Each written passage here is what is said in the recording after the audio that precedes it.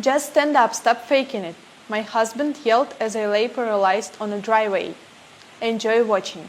My husband Leo told me to stop faking it while I lay face down on our driveway, unable to feel anything below my waist, with a shattered brisket platter bleeding juice into my hair. His mother Freya had spent 3 days decorating the backyard for his 35th birthday, and apparently my collapsing in front of 14 guests was the one party detail she hadn't planned for. My name is Judith Santana. I'm 32 years old, and I work as a billing coordinator for a chain of veterinary clinics in Covington, Kentucky. I spend my days making sure dog owners pay for their golden retrievers' dental cleanings, which, by the way, cost more than my own last dental visit. But that's a different kind of depressing. Let me back up about 6 hours. It was a Saturday in June. Leo's birthday. Freya had turned our modest 3-bedroom ranch on DeCourcy Avenue into what I can only describe as a Pinterest board for a man who once told me his ideal birthday was a steak and nobody talking to me. There were streamers. There was a banner. There was a cake shaped like a football, which made no sense because Leo's sport was bowling. But Freya had her vision, and questioning Freya's vision was something you simply did not do. I'd been feeling wrong for 5 months. It started as a tingle in my feet, that pins and needles feeling you get when you sit too long. Then it got worse, crushing fatigue that made my 8-hour shifts feel like marathons, blurred vision that would come and go. My legs giving out in the shower one night. I caught myself on the tile wall, heart hammering. Every time I mentioned it to Leo, he had the same answer. You're overthinking it. You're stressed. Drink some water. And Freya told me with a straight face that young women these days had no stamina. This from a woman who took a 15-minute break to sit down after carrying a bag of dinner rolls from her car. But that Saturday, I was trying. I was carrying a platter of smoked brisket, the good stuff, from that barbecue place on Madison Avenue that charges you like they're handing you gold. Across the driveway toward the backyard gate, and halfway there, my legs just quit. No warning, no stumble. They switched off like someone pulled a plug. I went down hard. The platter hit first, then my knees, then my face. I lay there on the hot concrete with brisket grease soaking into my blouse, and I could not move my legs. I could not feel my legs. I tried to wiggle my toes and got nothing. Absolute zero below my hips. Terror is not a big enough word. Leo was at the grill when he heard the crash. He walked over, didn't run, walked, looked down at me. And the first thing out of his mouth was not, "Are you okay?" It was, "Seriously, Judith?" He told me to get up. He said I was making a scene. When I said I couldn't feel my legs, his face didn't show worry. It showed annoyance, like I'd spilled something on his good shirt. Here's the thing I didn't understand until later. Leo expected my health to get worse gradually, a slow fade. What happened on that driveway wasn't part of his schedule. So his reaction, the irritation, the eye-rolling, the stop faking it, that was panic wearing a mask. He fell back on the story he'd been telling everyone for months. Judith is dramatic. Judith imagines things. Judith wants attention. He needed every single person at that party to see me as the wife who cried wolf. And it worked. One of Leo's co-workers, a tall guy in a Bengals jersey, took a step toward me. Instinct. Basic human decency. Leo waved him off without even looking at him. She does this. Give her a minute. The guy stopped. Stepped back. 14 people at that party, and not one of them came to help me. That's what months of gaslighting buys you. Freya was the loudest. She marched over, hands on her hips, and announced, loud enough for the neighbors to hear, that I was pulling a stunt to ruin her son's special day. She said I always had to make everything about myself. She spent 3 days planning that party but couldn't spare 3 seconds to notice that her daughter-in-law was lying on concrete, unable to move. Meanwhile, I noticed something I hadn't thought about until that exact moment, lying there with my cheek on hot asphalt and the smell of smoked meat pooling next to my face. $1,200 had vanished from our savings account last month. Leo said car repairs. Our Mazda still had the same check engine light it had had since January, and 3 weeks ago, I'd found a credit card statement I'd never seen before. $7,400.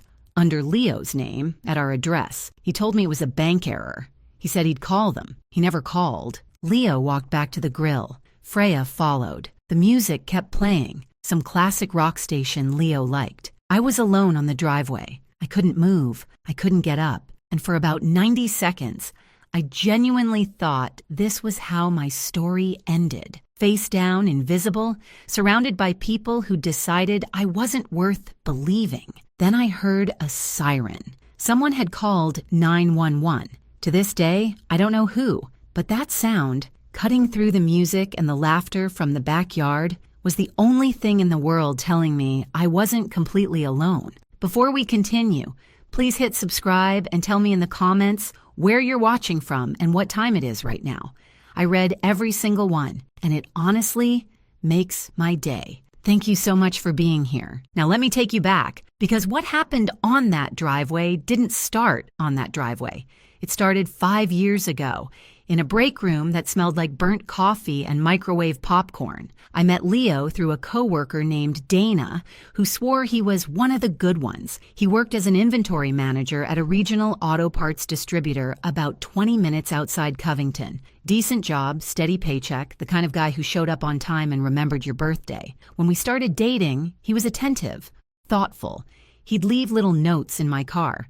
He texted back fast. He asked about my day and actually listened. My grandmother would have called him a keeper. We got married after 14 months. Quick, I know. But when you're 28 and someone makes you feel like you're the only person in the room, you stop counting months and start counting reasons to say yes. The shift didn't happen overnight. It was more like water damage. Slow, invisible, and by the time you notice, the structure's already compromised. Freya moved from being an involved mother to a permanent fixture. She had a key to our house. She used it. I'd come home from work and find her rearranging my kitchen cabinets because the flow wasn't logical. She critiqued my cooking, my cleaning, the way I folded towels. Apparently, I'd been doing it wrong for 32 years and nobody told me. And Leo's response was always the same, gentle redirect. That's just how she is. She means well. Don't make it a thing, Judith. I made nothing a thing. For 4 years, I made absolutely nothing a thing. And that's the problem with being the person who keeps the peace. Eventually, people stop noticing you're in the room at all. Then came the money. Leo suggested we combine our accounts about 2 years into the marriage. Simpler, he said. We're a team. I make $42,600 a year. Not a fortune, but it's real money. I earned every cent processing invoices and arguing with pet insurance companies, and yet somehow there was never enough left over. I'd check our balance, and it would be lower than it should be. Groceries and bills didn't add up to what was missing. I mentioned it once. Leo said I was bad with numbers, which is genuinely hilarious coming from a man talking to a billing coordinator. Now I know where it went. That credit card I found, the one with the $7,400 balance I wasn't supposed to see, was covering expenses I didn't know existed. But I'll get to that. 5 months before the driveway collapse, my body started sending me messages I couldn't ignore. Month 1, tingling in my feet after work, every night like static. Leo said I was sitting weird at my desk. Month 2, fatigue that hit like a wall. I'd come home and sleep straight through until dinner. I was dragging myself through shifts, making mistakes on invoices. Me, who hadn't miscoded a claim in 3 years. Freya heard about it and told Leo, quote, "Young women these days just don't have any stamina." This from a woman who retired early because supervising a school cafeteria was too demanding on the knees. Month 3, a blurred vision episode at work, right in the middle of processing a file. The screen went fuzzy, stayed fuzzy for about 40 seconds, then cleared. I was scared. I tried to book a doctor's appointment, and that's when I discovered Leo had forgotten to re-add me to his health insurance after he switched jobs 4 months earlier. He said he'd handle it. Weeks passed. He didn't handle it. I now know this wasn't forgetfulness. A wife without insurance is a wife without medical records. Month 4, my legs buckled in the shower. No warning. I went sideways into the tile. Caught myself on the grab bar we'd installed for when Freya visited. I told Leo. He said I probably slipped on conditioner. I started keeping a flashlight by the bed in case my legs gave out at night, which is one of those details that sounds paranoid until it saves you from splitting your head open on a nightstand at 2 a.m. Month 5. The numbness spread up past my ankles. My feet felt like they belonged to someone else. I finally stopped waiting for Leo to fix the insurance situation and made my own doctor's appointment. Paid $285 out of pocket, cash, from a small emergency account. I keep at a separate credit union, $2,100 that nobody knows about. My grandmother told me when I was 19, every woman should have money that belongs to her alone, in a place nobody else can touch. I never appreciated that advice more than the day I handed that cash to the receptionist. The doctor ordered blood work. Results weren't back yet when I hit the driveway. One more thing about those 5 months, my evening tea. I've been drinking herbal tea before bed for years. Chamomile, nothing fancy. About 5 months ago, it started tasting slightly different. Not bad, just off. A faint bitterness that wasn't there before. I mentioned it to Leo. He said he'd switched brands because the old one went up in price. Made sense. I shrugged it off. Here's the thing that haunts me. For those entire 5 months, Leo made that tea for me every single night. Never missed. I actually thought it was sweet. My husband, who forgot our anniversary 2 years in a row, who couldn't remember to buy milk if I didn't text him, somehow never once forgot my evening tea. I thought it was his love language. Turns out his love language was something I couldn't have imagined. And while my body was falling apart, Leo was building a story. About 3 months before the collapse, he started telling people, his family, our friends, even my own sister Noelle, that I'd become obsessed with being sick. He used careful words, anxious, fragile. I'm worried about her honestly, like mentally. He was so convincing that Noelle called me and asked, gently, carefully, if I was doing okay, like in your head. My own sister, the person who knew me better than anyone, even she bought it. That's the thing about gaslighting. It doesn't just fool the victim, it fools everyone around them. The ambulance pulled up at 4:47 p.m. I know the exact time because I could see Leo's oversized backyard clock, the one Freya bought him for Father's Day even though he has no children, from where I lay on the concrete. The back doors opened and out stepped a woman with short brown hair and the kind of calm that only comes from 14 years of walking into other people's worst days. Her name tag read Eastman, Tanya Eastman. She was maybe mid-40s, shoulders like she'd lifted her share of stretchers, and she read the scene the way a mechanic reads an engine, by what didn't sound right. Tanya knelt beside me, latex gloves already on. She started the standard neuro checks, tested sensation in both legs with a pinprick tool, checked my reflexes with that little rubber hammer, shined a light in my eyes. I had zero sensation below my hips. My reflexes were wrong. She tapped my knee and nothing happened. Not reduced, nothing. She kept her face neutral, but I watched her documentation get longer. She was writing more than a standard intake form required. Then came the questions. When did the symptoms start? 5 months ago? Any medications? No, I don't even have insurance right now. Any changes in diet or routine? I mentioned the tea, the brand switch, the taste change, the fact that Leo made it every night. Tanya didn't react. No dramatic pause, no widened eyes. She just wrote it down. But I noticed her pen slowed for a second on the word tea, and then she underlined something I couldn't read from my angle on the ground. Leo was hovering. He'd come back from the backyard once the ambulance showed up. Couldn't exactly ignore flashing lights in his own driveway. He stood about 4 feet away, arms crossed, and started talking. Not to me, to Tanya. She's been like this for months. It's probably stress-related. Can you maybe check her anxiety? He was performing. Helpful, concerned husband managing the situation. Tanya asked Leo to step back so she could work. He didn't move. She asked again. Calm, firm, no argument in her voice, just the kind of tone that says, this isn't a request. Leo's jaw tightened. This is my driveway, he said. She's my wife. Tanya looked at him for about 2 seconds without blinking and said she needed space to properly assess her patient. Here's what I didn't understand until later. Tanya wasn't just annoyed by Leo. She was cataloging his behavior, because in 14 years as a paramedic, she'd seen plenty of worried husbands. They pace.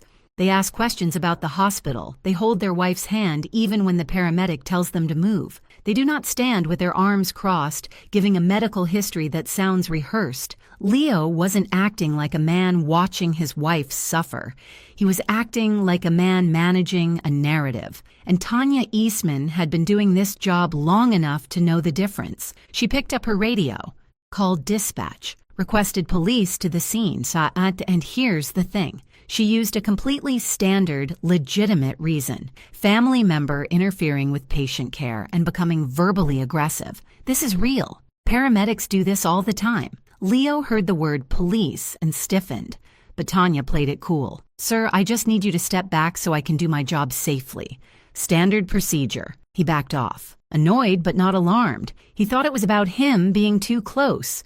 It wasn't only about that. They loaded me into the ambulance. Leo didn't ride with me. He said he'd follow later. He had to take care of the guests. Freya was already in the backyard telling everyone I'd be fine by morning. I lay on that stretcher staring at the ceiling of the ambulance, and Tanya sat beside me checking my vitals and said one thing that wasn't medical. You're not crazy. I want you to know that. I almost broke right there. At the hospital, things moved fast and slow at the same time. I was processed, scanned, blood drawn. The ER doctor, a young guy who looked like he'd slept about 3 hours, listened to Tanya's handoff notes with more attention than you'd expect for a leg numbness case. Because Tanya had flagged something in her report, she'd pulled the doctor aside and laid out what she observed. Progressive peripheral neuropathy symptoms matching a dietary timeline change, combined with a spouse whose behavior at the scene was inconsistent with genuine concern. She recommended expanded toxicology beyond the standard panel. The doctor agreed. He ordered a full MRI of my spine and a comprehensive toxicology screen, the kind they don't run unless they're looking for something specific. Leo showed up 3 hours later. 3 hours. He walked into my room, didn't ask what the doctors said, didn't ask if I was in pain, didn't look at the monitors. He asked when I'd be released because the house is a mess from the party and Mom's really upset. Then he sat in the corner chair and checked his phone for 20 minutes. I lay there watching my husband scroll through what I'm pretty sure was a bowling league group chat while I couldn't feel my own legs, and I thought, this is the man I chose. This is the man I married. Sometimes your taste in men is so bad, you can't even blame the men. A nurse came in around 9 p.m. She asked me the standard screening question, do you feel safe at home? It's a question they ask everyone, but she asked it slowly. She made eye contact. She waited. I said yes, automatically the way you do. But the question sat in my chest like a stone that wouldn't dissolve. While I lay there, I had nothing but time and my phone. I logged into our joint bank account. The $1,200 was still labeled car repairs. But now, with nothing to do but stare at a screen, I noticed something I'd missed before. Small ATM withdrawals, $60, $80 at a time, from a machine in Florence, Kentucky. We don't live in Florence. We don't shop in Florence. I don't know a single person in Florence. The withdrawals went back 4 months, regular as rent. I didn't sleep that night. Around 6 a.m., the door to my room opened. The doctor walked in, and behind him were 2 people I'd never seen. A woman in scrubs who introduced herself as the hospital's patient advocate, and a woman in a dark blazer with a badge on her belt. The doctor pulled a chair close to my bed and sat down, and that's when I knew. Because doctors don't pull up chairs for good news. They pull up chairs when they need you sitting still for what comes next. The woman with the badge was Detective Althea Pham, Kenton County PD, mid-40s.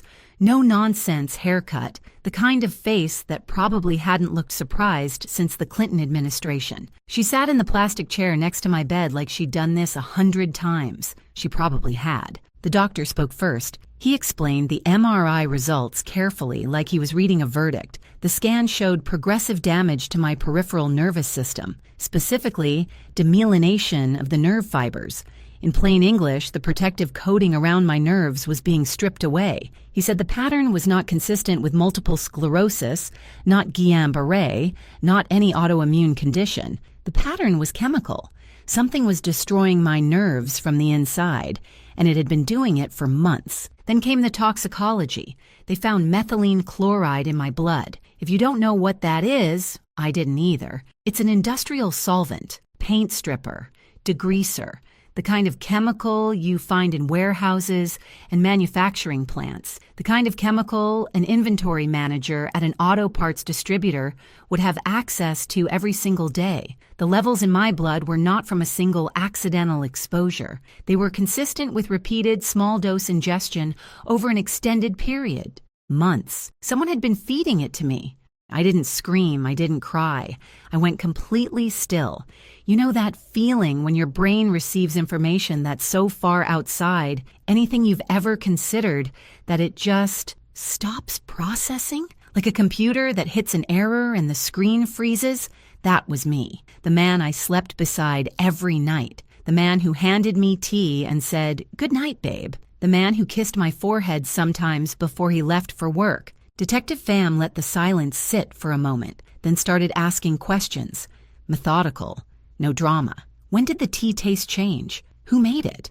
How often? What did Leo do for work? When I said auto parts distributor, she wrote something down and underlined it twice. She asked about our finances, our relationship, Freya's involvement in our daily life. She asked if Leo had taken out any insurance policies recently. I said I didn't know. Her expression told me she already suspected the answer.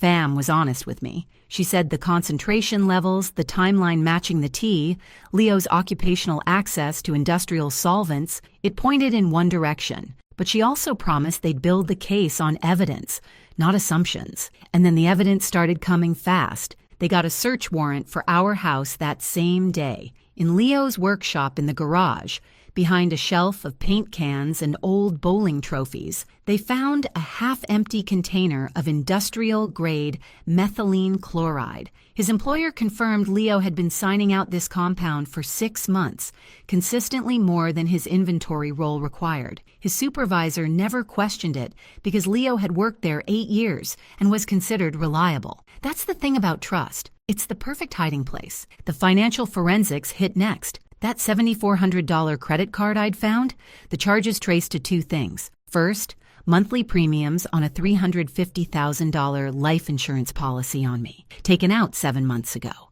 Simplified issue.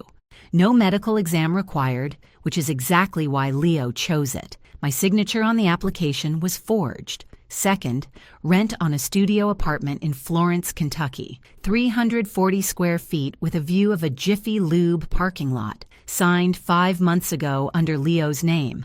Those ATM withdrawals I'd noticed from the hospital, all within 2 blocks of that apartment. Leo wasn't just trying to collect insurance money. He was building a whole separate life, ready to step into once I was gone. His grand escape plan was a sad studio in Florence with laminate floors. The man really did lack imagination. Then Pham showed me Freya's text messages. Individually, they looked harmless, a mother checking on her son. But in context, they were devastating. She brought up the tea thing again at dinner. Heads up, she scheduled something with a doctor for Tuesday. The party's Saturday, well, she better not pull anything. Freya wasn't just a difficult mother-in-law, she was surveillance.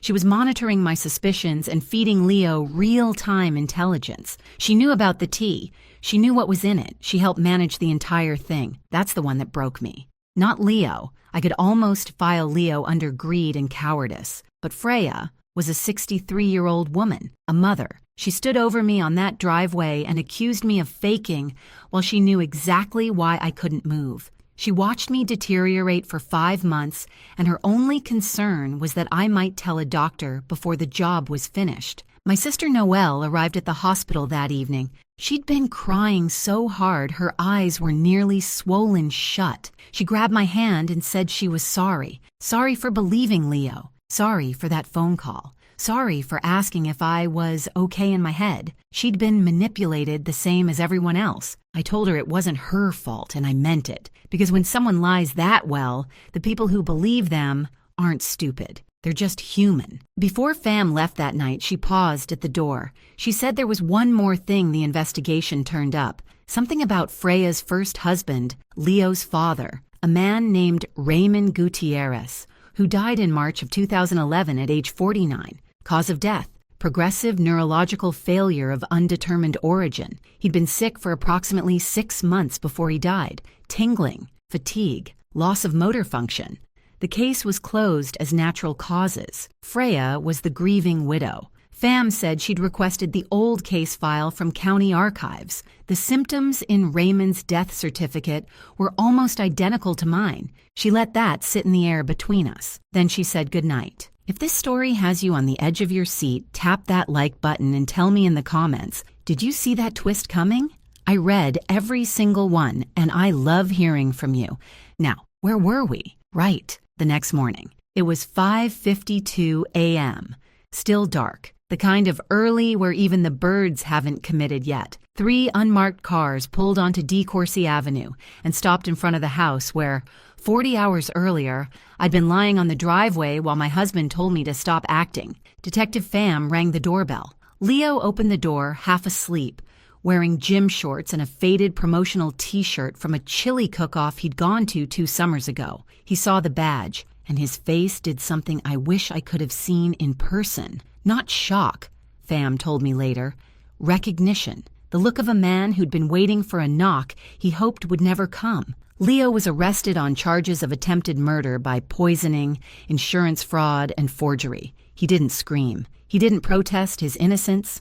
He went quiet. Pham told me afterward that this was more common than people think. The ones who planned it usually go silent. It's the innocent ones who yell. Leo said exactly 4 words during his arrest. I want a lawyer. Not I didn't do it. Not this is a mistake. He asked for a lawyer the way a man asks for a life jacket when the boat is already underwater. 12 minutes later, 6:04 a.m., officers arrived at Freya's house. She lived 8 minutes away on a street she'd always been proud of. Neat lawn, American flag on the porch, the kind of house that says, respectable woman lives here. She opened the door in a bathrobe. When she saw the badges, she tried to close it. An officer put his foot in the gap. She was arrested as an accessory to attempted murder. Unlike her son, Freya did yell. She called it a mistake.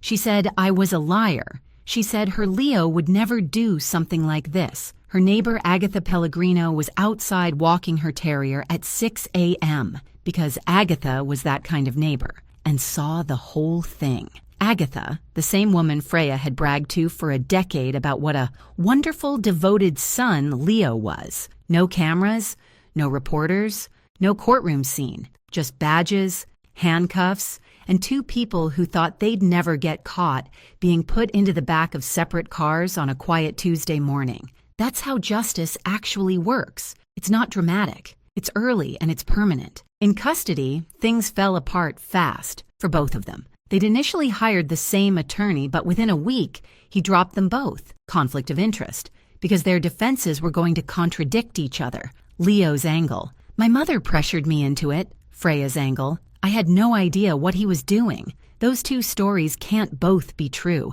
and an attorney can't argue both in the same courtroom. So now they each needed separate lawyers. Cheaper ones, because all their assets had been frozen. Leo was denied bail.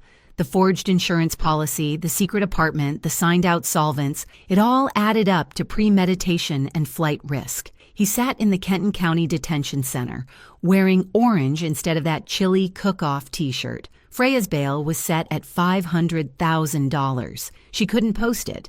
She sat in a holding facility 12 minutes from her son, and neither of them could contact the other. But the real blow came when Pham visited me at the hospital for the last time. She had the old case file. Raymond Gutierrez, Leo's father, Freya's first husband, died in March 2011 at 49. The medical records describe 6 months of progressive neurological deterioration, tingling, fatigue, muscle weakness, eventual organ involvement. No toxicology was ordered at the time. It was 2011. He was a middle-aged man with no known enemies, and his wife was a cafeteria supervisor. Not exactly a crime suspect. The case was closed as undetermined natural causes. Nobody looked twice, until now.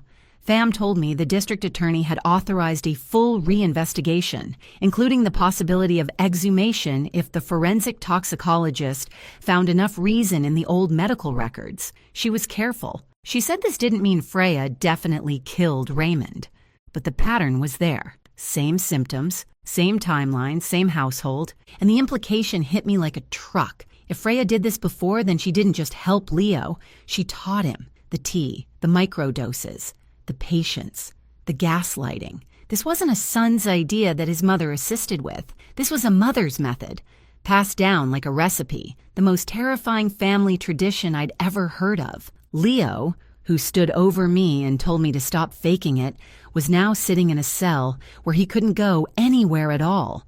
And Freya, who accused me of seeking attention, was getting more attention than she'd ever wanted from a grand jury. With the poisoning stopped, my body started fighting back. The neurologist explained it to me straight. Peripheral nerves can regenerate, but slowly, about an inch per month. Some of the damage from 5 months of methylene chloride exposure might be permanent. I might always have some numbness in my feet. I told her I could live with that. I was alive, which was more than Leo had planned for. The first 2 weeks were the hardest.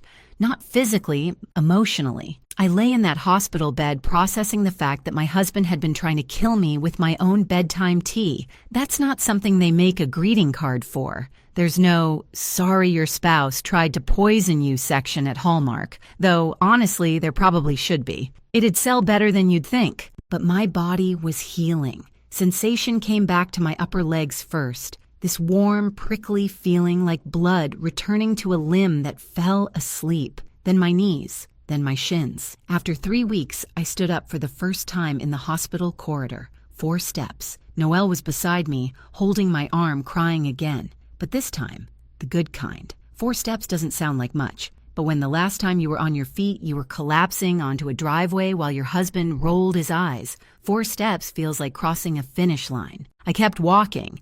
5 steps the next day. Then 12. Then the length of the hallway.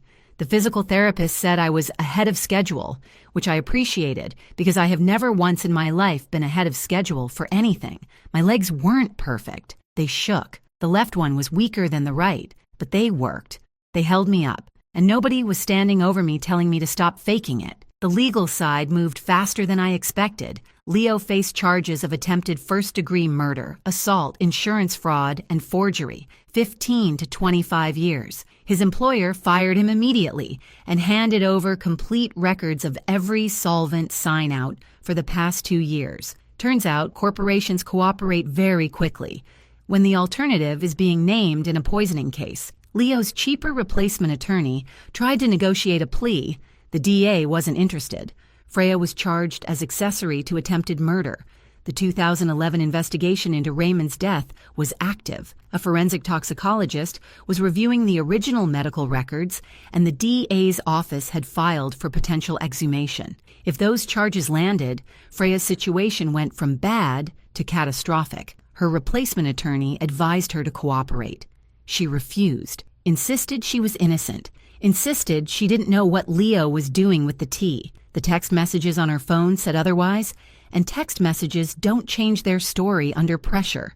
The $350,000 insurance policy was voided immediately. The forged signature alone was a separate felony. My divorce attorney filed for emergency dissolution and full asset seizure. Under Kentucky law, when a spouse commits a felony against you, the court doesn't split things down the middle. It splits them in your direction. The house, the savings, everything in the joint accounts, mine. The $1,200 Leo stole for car repairs, mine. Total assets recovered, roughly $187,000, including house equity. Not a fortune, but every single dollar was mine. I sold the house 2 months later. I didn't want to live on a street where I'd been face down on the driveway while 14 people watched. I found a small apartment in Newport, Kentucky, 12 minutes from Noelle. Nothing fancy. 1 bedroom, a kitchen with enough counter space to make my own tea, and a window that gets afternoon sun. I went back to work at the clinic. Same commute, same invoices, same golden retriever dental claims. But I make my own tea now, and some nights I skip it entirely, just because I can. I adopted a one-eyed cat from the clinic, Orange Tabby, missing his left eye from an infection before he was rescued. I named him Verdict. I know it's a little on the nose. I know it's the kind of name that makes people smile and shake their head. I don't care. He sits on my lap every evening in that apartment in Newport, purring like a small engine. And he doesn't care what his name is. He just cares that someone chose him. Sometimes the people who scream at you to stand up are the same ones who put you on the ground, and sometimes you have to fall all the way down before you finally see who's really standing over you. Thank you so much for staying with me until the end. More of my